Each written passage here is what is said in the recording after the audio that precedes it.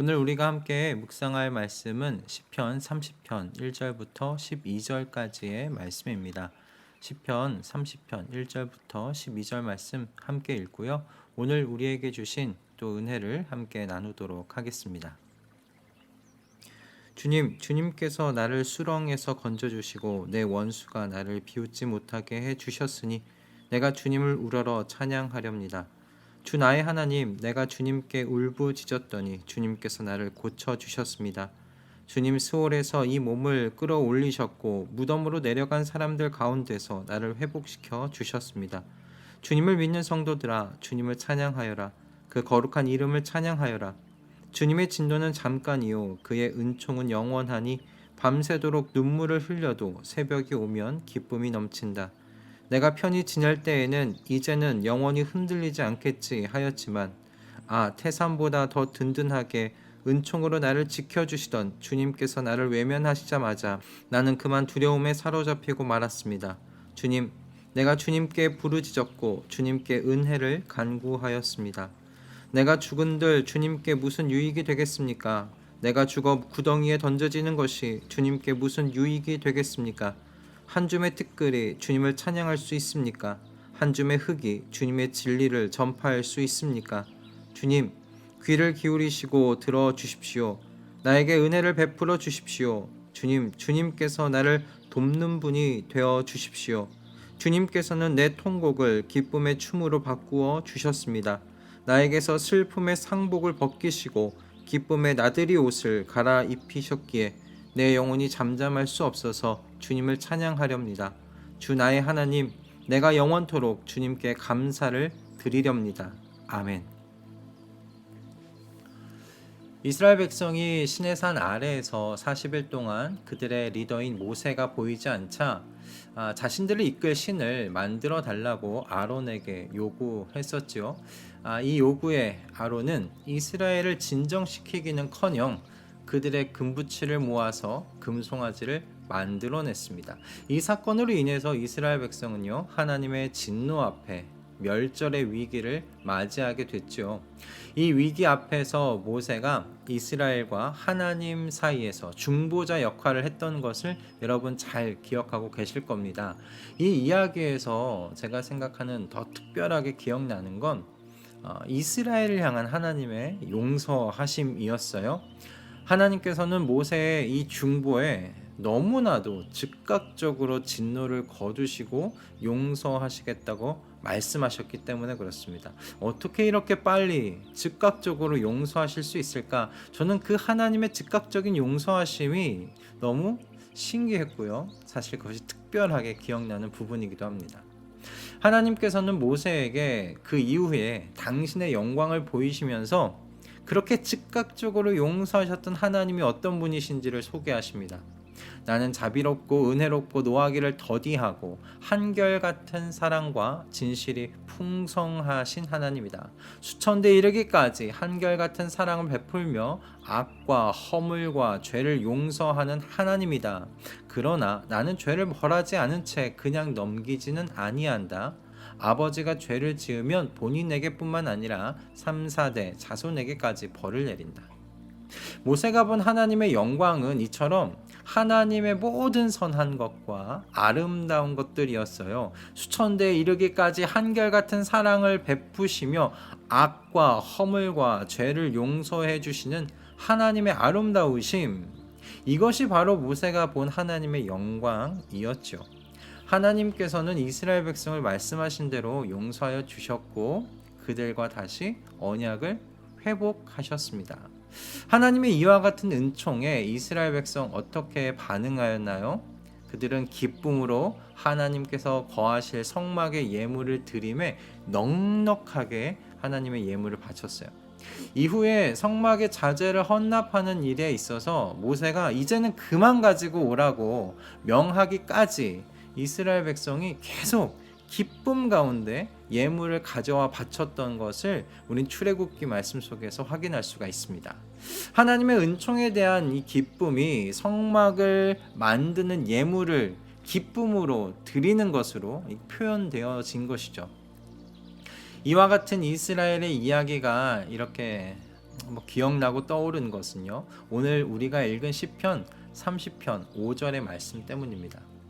5절 말씀은 이렇게 되어 있습니다. 주님의 진노는 잠깐이요 그의 은총은 영원하니 밤새도록 눈물을 흘려도 새벽이 오면 기쁨이 넘친다. 아멘. 오늘 시편 이 5절의 말씀은 마치 출애굽기에서 하나님께서 자신을 소개하신 말씀과 정말 일맥상통한 말씀이지 않습니까? 죄에 대한 벌은 3, 4대로 끝나지만 하나님의 은총은요 수천 대에 이르기까지 이른다라고 말씀하신 그 하나님의 자기소개가 주님의 진노는 잠깐이요 주님의 은총은 영원하다는 시인의 고백과 너무 같이 이렇게 느껴지지 않으십니까? 시인의 이 고백은 그가 하나님을 묵상하는 중에 깨달은 것이 아니고요 그가 경험한 것이었습니다. 오늘 본문 6절의 말씀을 보면요 그는 모든 것이 편해진 어떤 때에 마음속으로 이런 생각을 했던 것 같아요. 이제는 영원히 흔들리지 않을 수 있겠구나. 그가 이런 생각을 한 이유는 지금 그가 소유하게 된 환경적인 요인들 때문인 것으로 보입니다. 아마도 그는 여유로워진 것 같고요. 그리고 지금의 위치를 지킬 만한 어떤 권세와 인맥들을 소유하게 된 것 같아 보여요. 그런데 바로 그때 그가 경험하게 된 것은 무엇이었냐면 하나님께서 은총을 거두어 가시는 것이었습니다. 그래서 어떤 일을 경험하게 됐습니까? 그의 흔들리지 않을 것 같은 인생이 흔들거리는 것을 경험하게 되는 거예요. 그는 두려움에 사로잡히고 말입니다. 7절의 말씀이죠. 태산보다 더 든든하게 은총으로 나를 지켜주시던 주님께서 나를 외면하시자마자 나는 그만 두려움에 사로잡히고 말았습니다.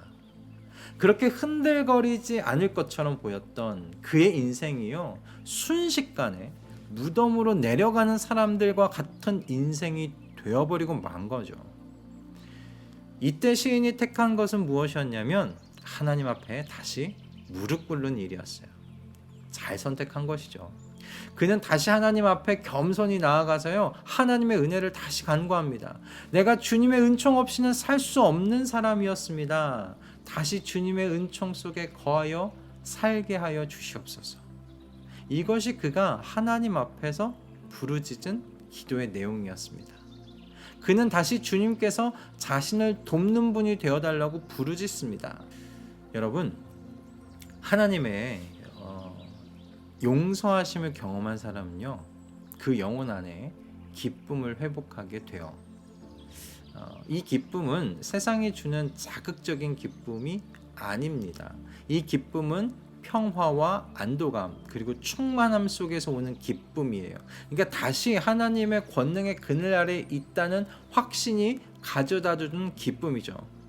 시인이 바로 그 기도, 하나님 앞에 다시금 무릎 꿇고 회개하면서 다시 나를 돕는 분이 되어달라고 부르짖은 그 기도에 하나님께서 응답하여 주시자 받게 되는 기쁨이, 누리게 된 기쁨이 바로 이런 기쁨입니다. 그는 11절에서 이 기쁨을 이렇게 노래했죠. 주님께서는 내 통곡을 기쁨의 춤으로 바꾸어 주셨다. 나에게서 슬픔의 상복을 벗기시고 기쁨의 나들이 옷을 갈아입히셨기에. 아멘. 여러분, 이스라엘 백성들도요 하나님의 용서를 듣고는 다들 이 시인이 누리는 기쁨과 같은 종류의 기쁨을 누렸을 겁니다. 그러니 정말 기쁨으로 자신들이 가지고 있었던 금, 은, 폐물들을, 그런 예물들을 하나님 앞에 다 내어드린 것 아니겠습니까? 아까워하지 않고요. 저는 이 이스라엘 백성과 이 시인이 지금 경험하고 있는 이 기쁨이 이후에 모든 하나님의 용서를 경험하는 성도들도 똑같이 누리는 기쁨이라고 믿습니다. 저와 여러분도 동일하게 이런 기쁨을 경험하고 누리지 않으셨습니까? 이번 주 초부터 저희가 레위기를 읽어가고 있어요. 근데 이 레위기의 이 초반 제사와 관련한 말씀을 저는 읽으면 읽을수록 이 거룩하신 하나님 앞에 이 죄덩어리의 인간이 어떻게 나아갈 수 있게 되었는지 상상이 가지 않습니다. 아니, 이게 나아갈 뿐만 아니라요, 그 거룩하신 하나님께서 이 보잘것없는 질그릇과 같은 인생 가운데 들어와 사시는지 도대체 상상이 되질 않습니다. 그런데 그것이 하나님의 영광, 여러분이더군요. 자비롭고 은혜롭고 노하기를 더디하시고 한결같은 사랑과 진실이 풍성하신 바로 그 하나님의 영광이 이 무익한 종의 인생 속에 들어와 살고 계시는 것이죠. 오늘을 사는 성도는 제가 개인적으로 생각하기에는 정말 이 시인이 노래하고 있는 기쁨보다 더 큰 기쁨을 하나님 앞에 고백해야 한다고 생각합니다. 왜냐하면 신약시대의 성도는 하나님의 아들이신 예수 그리스도의 십자가를 통과한 사람들이기 때문에 그렇습니다. 예수 그리스도의 피를 통과한 사람들이기 때문에 이 시인이 지금 경험하고 노래하고 있는 기쁨보다 우리가 고백하고 경험하고 그리고 찬양할 그 기쁨이 더 커야 하지 않을까, 그렇게 생각이 드는 것이죠. 이 보잘것없는 자의 인생에 오시기 위해 이루 말할 수 없는 거룩한 하나님의 아들께서 십자가의 고통과 죽음을 통과하셨기에, 아니 이 모든 것이 우리의 이성으로 도저히 이해가 되지 않는 그 하나님의 영광이시기에 여러분, 우리가 이 시인보다 더 큰 목소리로 기쁨의 찬양을 올려드려야 마땅하지 않은가 생각이 드는 것이죠. 이 하나님의 영광에 대한 반응, 여러분, 감사와 찬양입니다. 하나님께서 바라시는 반응이요, 바로 찬양이고 감사예요. 시인의 고백을 보십시오. 내 영혼이 잠잠할 수 없어서 주님을 찬양하렵니다. 주 나의 하나님, 내가 영원토록 주님께 감사를 드리렵니다. 아멘. 질그릇과 같은 인생 가운데 들어오신 주님이 너무 감사해서 청년 시절 부를 때마다 그 눈물을 흘렸던 찬양의 가사가 있습니다. 나의 모습 나의 소유라는 찬양인데, 다음에 소절을 찬양할 때마다 어찌 그리 눈물이 났던지 참 그때가 기억이 납니다. 그 가사는 이렇습니다. 우리 가진 이 모든 것들을 다 주께서 우리에게 주시었네. 몸밖에 드릴 것이 없으니 내 삶을 받아 주소서. 나의 생명을 드리니 주 영광 위하여 사용하옵소서. 내가 사는 날 동안에 주를 찬양하며 기쁨의 제물들이 나를 받아 주소서. 오늘 하루, 우리의 하루가 이 찬양의 가사와 같은 하루가 되기를 소원합니다. 질그릇과 같은 보잘것없는 죄로 가득했던 인생을 용서하여 주셔서 사는 날 동안에 주를 찬양하며 살겠다고 고백하는 이 기쁨의 인생이 되게 해주신 주님의 영광을 위해 사는 하루가 되십시다. 내게 비추어 주신 주님의 영광을 찬양하며 사는 우리 남은 여생들이 되실 수 있기를 주님의 이름으로 축복합니다. 기도하겠습니다. 주님, 참으로 주님은 선하시고 자비로우시며 한결같은 사랑과 진실이 풍성하신 하나님이십니다. 주님이 이 영광을 예수 그리스도를 통해 보게 하여 주신 주님을 찬양합니다. 주님의 은총으로 말미암아 우리의 모든 죄를 용서받았으니 주님, 이제는 주님의 영광을 찬양하며 사는 기쁨의 제물 되게 하여 주시옵소서. 모든 상황에서 주를 찬양하며 주님의 영광을 노래하는 인생 될 수 있도록 주님, 저희를 성령으로 충만하게 하시사 인도하여 주시옵소서. 그런 오늘을 살아가도록 이끌어 주시옵소서.